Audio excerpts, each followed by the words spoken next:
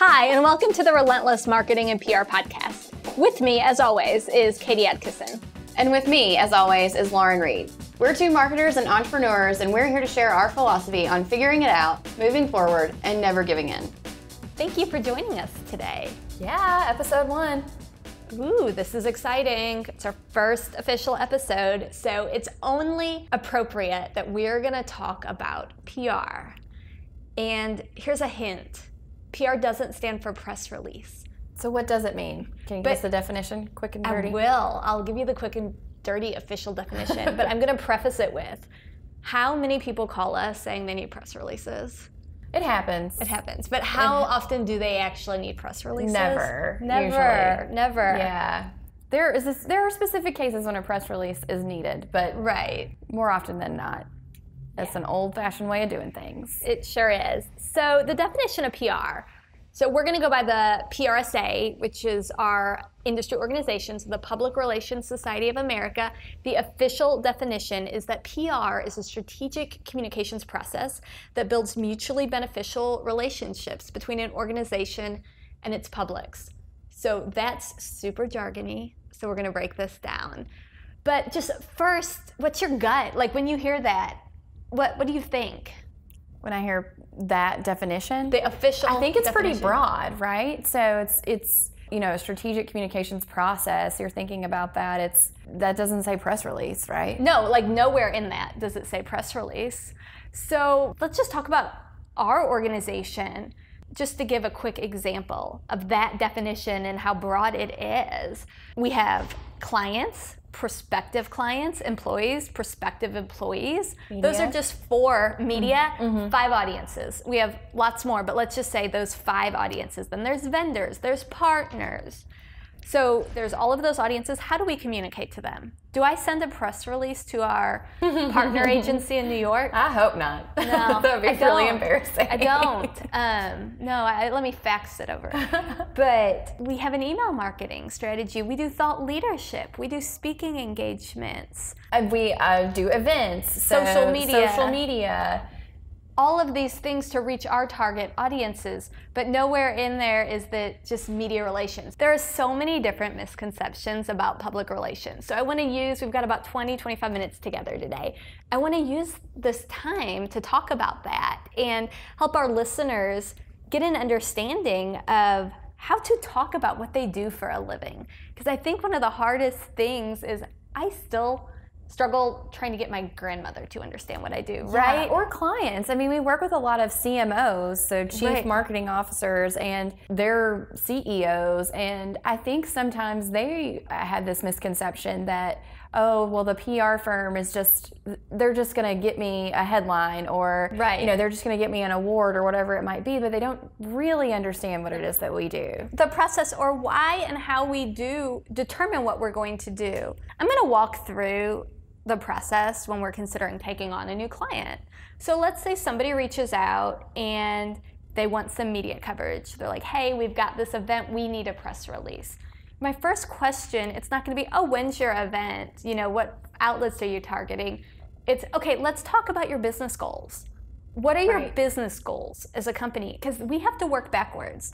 It is very premature for someone to call us and say they know what they need without us going through our process of working backwards from their goals and determining who their audiences are and how we're going to reach each audience. And you're not going to reach the same audience each way. Right, and sometimes what they need isn't PR at all. Absolutely.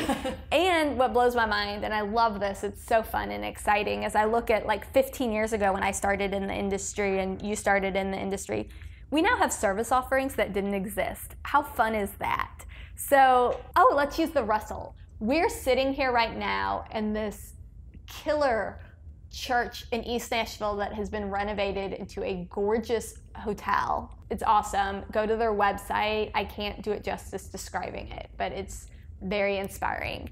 But they're a client of ours. We actually worked with the owner on their launch and their grand opening. And let's talk about, what was our scope? Yeah, so Micah came to us and said, I'm opening this hotel. I know you guys do really great work, although he probably didn't know exactly all of the work that we do. And we want people to know about us. Right? So that was the goal. So communicating with his publics. Yes. Back to the technical definition. The Russell. And so the scope we developed from there was not just let's throw a big party and hope people come. It wasn't, we need to put this on social media, or it wasn't, we've got to be on the front page of such and such magazine. It was a combination of all of those things. So yes, we planned a grand opening event because in this hotel specifically, we're in East Nashville. It's a historic area, and there were neighborhood concerns, community relations. So we wanted to really open up the hotel to the neighborhood, show them that this is going to be a great place and a great thing for the area. So that was one public that we were working with. And then all the people that we want to come stay here, right? So how are we going to get in front of them? And it was a combination of things. So we worked with influencers, one of those things that did not exist and now when it's we first a service started. offering. So we worked with influencers to get them, locally to come to the event and then talk about that. People who are following Nashville and those folks. Also, general, just national media and local media as well. So folks like the Business Journal and also Southern Living. We did get a hit in Southern Living, the first week of opening as well. So spreading the message that way also. Social media, we didn't own that part of the scope, but we definitely helped with the messaging there. And then as we were securing media placements or things like that, we were helping the team here figure out how to get that scope or get that onto social media. Just from this one example, there were several different publics, the community, the local business community, the potential guests, public officials, people who owned the church before. Right. All of those folks. So many ways to get your message out. And it's public relations is so much more broad than people realize, especially if you do it correctly and follow the process. And the process it's research. It's a strategic planning process where you're really figuring out what tactics are actually going to resonate with your audiences. Defining those audiences is its own process. Then there's the actual execution and then the measurement. And you can't skip any of those steps. It just won't work. So what I'd like our listeners to get today is just a better understanding of how to measure what they're doing. I just wrapped up teaching a PR 101 class at Lipscomb University, and that was such a great experience. It was mainly PR majors, PR and strategic communications majors in their junior, senior year for the most part. All of them were asking, well, do I apply for PR jobs? Do I apply for marketing jobs? What's the difference? And we spent a lot of time talking about this. And it's really interesting. You can't do one without the other. But one observation I've made over the years is less and less are we working with and reporting to a VP of PR. Right. It's chief marketing officers, it's marketing directors, VP of marketing. And someone with a traditional marketing background has an extremely high emphasis on measurement. It's tied back to sales and growth. And that is somewhere where traditionally PR has lagged behind a little bit. And as we determined from day one, we're going to be a measurement-focused PR agency, and we're going to put the tools and resources in place to do that. And it's really necessary to be able to define your value, define your seat at the table. And to do that, you have to show how you're helping meet an organization's business goals. Right, and then, like you said, it ties back to business goals. So having a business acumen comes in really handy. You can't just be this expert communicator or a great writer anymore just to be successful in PR. Right. You have to understand, like you said, how it ties back to the overarching goals of the company and where you had an impact on them. So, for example, if we go back to the Russell and what we did here, how many people did we have show up to that grand opening event? What was the message like coming from the community that attended? How many hits did they have to their website from that Southern Living What hit? action did they take? It all goes back to what action people are taking. One thing I think when people are talking about the definition of PR or public relations, it drives me crazy. I'll hear it even on NPR.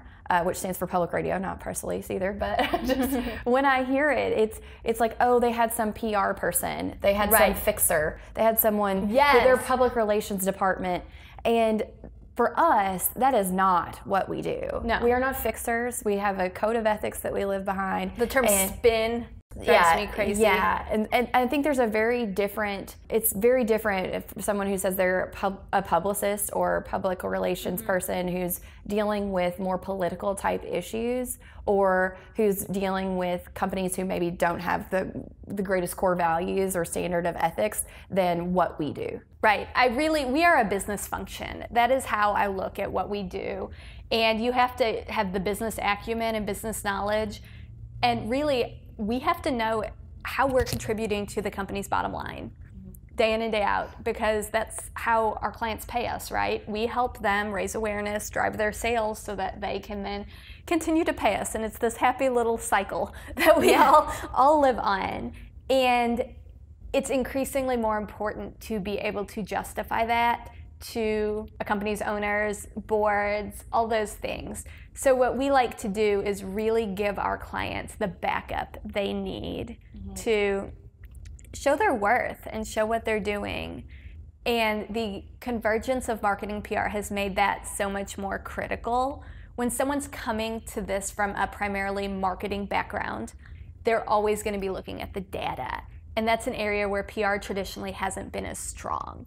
Now, we are a measurement-focused PR agency, so we're really integrated into that. I was going to say, it's important too when you're talking about public relations and marketing, and how they converge these days. It's also really important to know where you have an impact, but also where you don't. Right. So you might have gotten a media hit that drove thousands and thousands of leads to a website. Well, if we didn't write the messaging on that website, if there's not a call to action on that website, it sort of changes hands. So it's important to take credit there and know where you can show your value, but also be able to say to your client, I'll get on this far, but part of it's on you, or part of it's on your sales team, or how do we work together to make sure it's cohesive? Yeah, every strategy must be integrated through multiple layers within your organization, and on the front end, looking at who all is going to be affected by this. If somebody reads this article, or if we connect with this influencer, and someone sees their Insta story and they go to take action, what is their user experience going to be? And looking at all of that on the front end and looping in the appropriate people so that our client is set up for success. It even goes to customer service. I mean, when you think about it, and it's so interesting these days. So I guess I call this public relations. We manage social media for a lot of our clients, and we think that as far as social media goes, it starts with the message, right? You don't want some guy who develops websites responding to comments on your social media. And so it starts there, but then when we have to turn that over to customer service, what if somebody's had a bad experience somewhere? It all has to work together. So personally, when people ask me the difference between PR and marketing, is this marketing, is it PR, is it both? I just smile because I don't think it matters. Who cares? Who cares what we're calling it? We're clearly small business owners, fly by the seat of our pants, but do it, with strategy. But it doesn't matter. The title doesn't matter to us. For an example of that, so we work for McDonald's in a co-op, and we work with a lot of different agencies, and there's a marketing agency, and there's an advertising and ad buying agency, and there's a creative agency, and then there's our agency. And it's even happens when we're working within those constraints that it still gets wonky. People are still like, is this PR? Is this marketing? And at the end of the day, guess what? None of those people who own McDonald's care. They just want it done. And so much overlaps, right? I mean, someone who calls themselves a traditional marketing agency, they're likely offering a lot of the same services as we do, and vice versa. So at the end of the day, it's just all about communicating to your audiences and how you're going to do that. And there's lots of different ways to do that. There's email marketing, it's the content on your website, it's product launches, it's events, it's influencer marketing, it is media relations strategy, it's speaking engagements. So many different things fall under the umbrella of public relations. And that's what we're so excited to talk to you guys about this season. Yeah. But the goal of public relations is really to create awareness and trust. And it goes back to relationships. So the job of a PR professional, it's to communicate directly with audiences or through intermediaries such as media, influencers, but we're looking to generate awareness of and trust within a company. How do you see that interacting with a more typical marketing role? Yeah, so for me, if we do want to get into the dilemma or get technical on it, when I think about PR and marketing, I think of PR as really helping define and create that message for your publics. And then it is more strategy around that. And then when I look at marketing, it's the actual execution. It's the tactical piece of that, of getting it done. And I don't think you can have one without the other. Right. Combined, marketing and PR works together to encourage people to tell each other about the coffee, trust that the coffee is good, come to it, and buy something from that coffee shop. Right.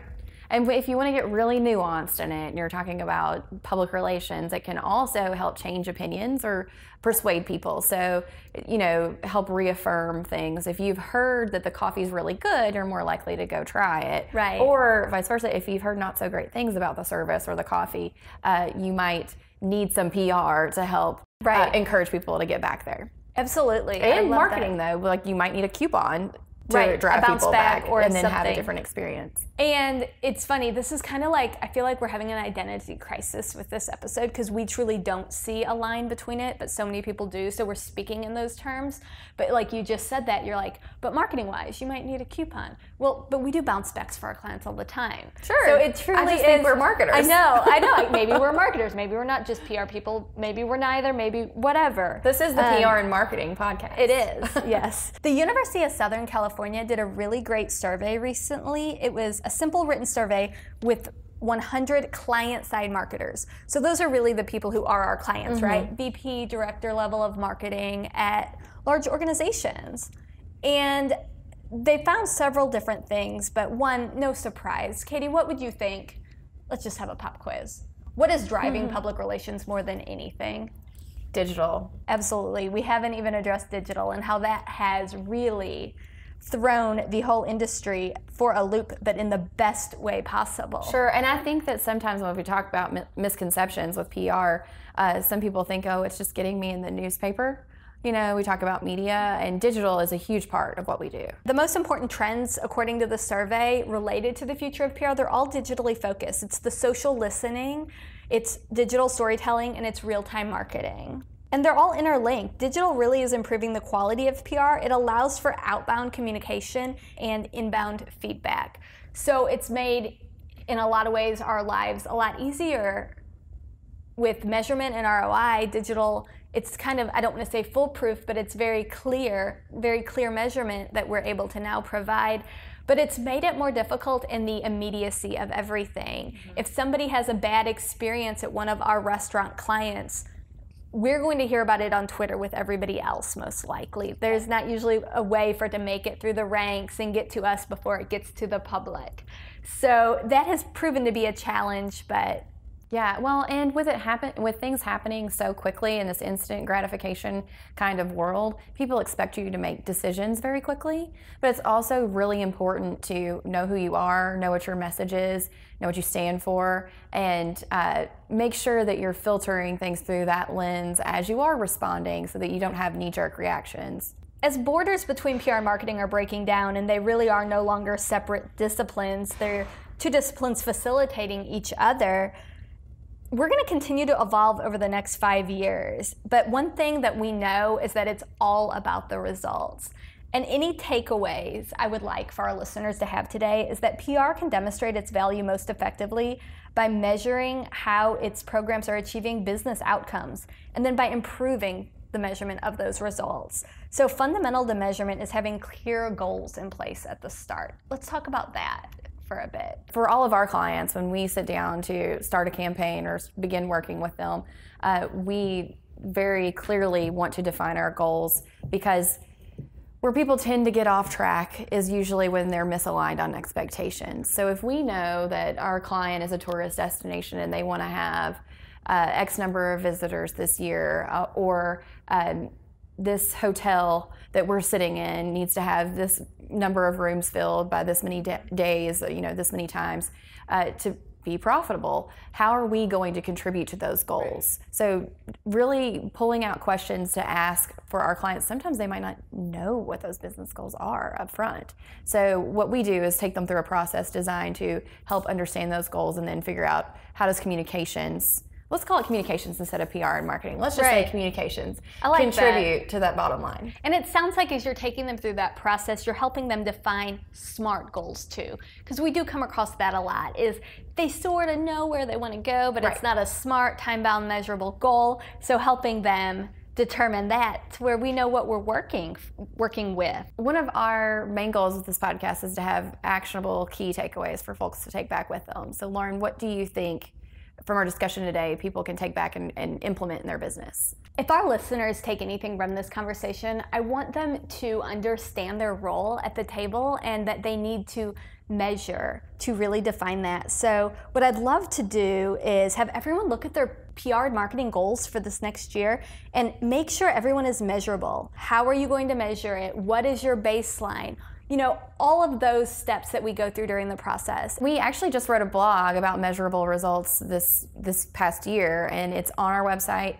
We can bring it to the top and put it with this episode, but there's actually an infographic on it that says, okay, if you're doing email marketing, what your percentages should be. If it's social media, these are SMART goals here. I love that. Media hits, all the things that you can use to then measure those goals or those tactics that you're So let's executing. make 2020 the year that we all measure really well. So I'd love for everyone to take a look at that and make sure all of their goals are measurable. Wow, time flies when you're having fun and ranting about your job, right? It's easy to rant, right? It's easy to rant. So thank you for joining us for our first episode. Coming up, we are going to have more defined segments. Yeah, coming up, we're going to have several different segments. This one would probably all fit under the rant wheel. The rant wheel. There may be some of those down the road. We also have Save Those Tears, just helping you guys figure out how to stop crying and start getting stuff done. Be relentless. Yeah, being relentless. And then finally, The Juggle is Real will be another one, talking about busy working women, people, mothers, dog moms. And dads. I mean, the juggle's real for everyone. It's a busy world we live in, and we're all about productivity hacks to make us do our job more effectively. Be sure to hit subscribe, tune in next week, and check out our website where we've got some great resources that can help you define your PR goals.